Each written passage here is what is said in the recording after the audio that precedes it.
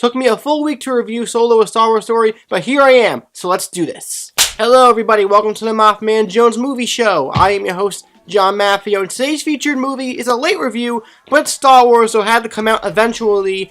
Solo: A Star Wars Story, directed by Ron Howard, and also Kathleen Kennedy, I guess, produced by her. And this movie is about Han Solo. Before he became Harrison Ford, he was actually Alden Ehrenreich. Yeah, new facts. This movie is trying to illustrate how Han Solo transformed into the arrogant and cocky, yet sexy and charming Han Solo that we know from the first movie that came out 41 years ago. So in that, we have Alden Ehrenreich, who plays Han Solo, who is taken away from the love of his life at that moment. This woman, Kira, played by Emilia Clarke, the Dragon Queen, as we know her too. So after some events, he joins a crew that is led by Woody Harrelson, and basically his whole mission is trying to get to Kira, so that they can reunite and, be loved again, and, make babies and have that family life, I guess. But on his journey of discovery and trying to find his love again, he must learn that trust is something that you take very seriously, and you can't trust anybody, because if you trust anybody, you will be thrown into a carbonite box. Eventually, one day. I had really no expectations for Han Solo because I didn't want Han Solo, the movie. I love Harrison Ford, I love Han Solo, the character, but there's no reason to make this movie, and it shows in the box office that people don't really care about this. Hardcore fans turned out. I'm a hardcore fan, so of course I saw this opening night, and it was fine. There are things I liked about it, things I don't like about it, and things I'm certainly going to forget and already have forgotten since I saw it last week. Nothing interesting was done with this movie to make it more compelling to revisit. It was fun for what it was, but I don't really care to really go back and revisit it unless I'm doing a marathon, because I will buy this movie on Blu-ray, and I will watch it when I'm doing marathons for episode 9 and so on and so forth when I'm getting older and older and older, but that's because I'm an asshole to myself. Truth be told though, there's nothing wrong with Solo: A Star Wars Story. It's what it is. And you can take that for what it is, and you might not like that because Star Wars isn't supposed to be, at least in my opinion, isn't supposed to be like everything else. I was cool with the 3-year gap, and we're going to get a 1.5-year gap between this and episode 9, which is good. We need that break. But one thing I did notice with this movie, that has nothing to do with the movie itself, is that the magic is diminishing. And it's going to continue to diminish if we keep getting movies year after year. But that's just how it is these days. Movie making is different now than it was then in one way. And we're doing the Marvel formula now. Works for Marvel. I don't know if it really works for Star Wars, but that's a conversation for another day. Let's talk about the actual movie. There are characters that are explored in this film that I really like a lot. I really enjoyed Enfys Nest and that little pirate crew. The music by John Powell with these pirates are some of the best musical compositions I've heard in recent memory in terms of Star Wars.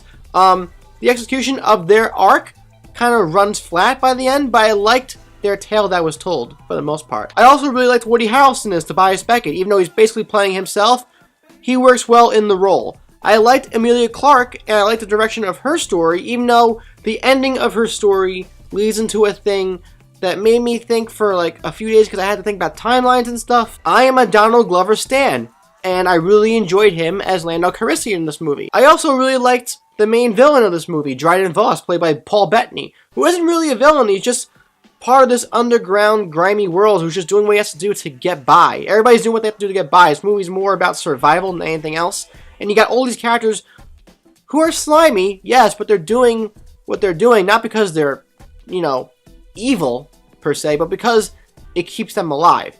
And Dryden does have ulterior motives, and he does have motivations that are more nefarious, but at the same time, he's a collector. He's kind of like Thrawn.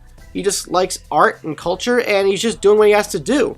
And I really liked his personality in this movie more than a lot of other characters, like Rio Durant, who was voiced by Jon Favreau. Didn't care for him at all. I liked the idea of him, but Danny Newton's character Val, who was the love interest of Woody Harrelson, liked the idea of her too, but Also L3, who is Lando's droid companion before Lobot came into the picture, I guess.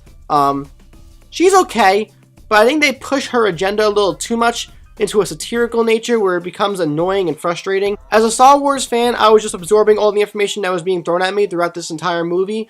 So it was a good watch. I feel like it may not be a great watch going forward, though. As I mentioned before, revisits. I'm not really feeling desire there. And for casual audiences, I'm not sure how they're going to feel about this. But like seeing the Kessel Run, the Sabacc card game between Lando and Han, seeing how certain characters met Han and Chewie, their first encounter, some interactions and moments of story hit better than others. And ultimately, the pacing was meandering for me. I feel like there are parts where a Han Solo movie, at least for the most part, should keep moving. It did feel like Indiana Jones with the adventurous quality of it, but at the same time, I feel like there could have been a little more done to keep the ante moving at a pace that is still interesting and gives you information, but doesn't slow the nature of the movie down either. Bradford Young's cinematography was also gorgeous, but at the same time, really, really dim, and I kept asking myself while I was watching the movie if it was the projector, but apparently I went online after and it's not the projector, it's just the movie is really dark. There is a way to light your film and express darkness, but at the same time not make it look like you actually turn the dimness to 2. Make it 5 or 6 at least. It hurts to say this, but even though there are moments where I was really enjoying the story and I did chuckle a bit, there are also a lot of moments where I feel like they forced that origin story gimmick down your throat, trying to find out every piece of information about Han Solo before he became Han Solo, especially how he got the Solo name.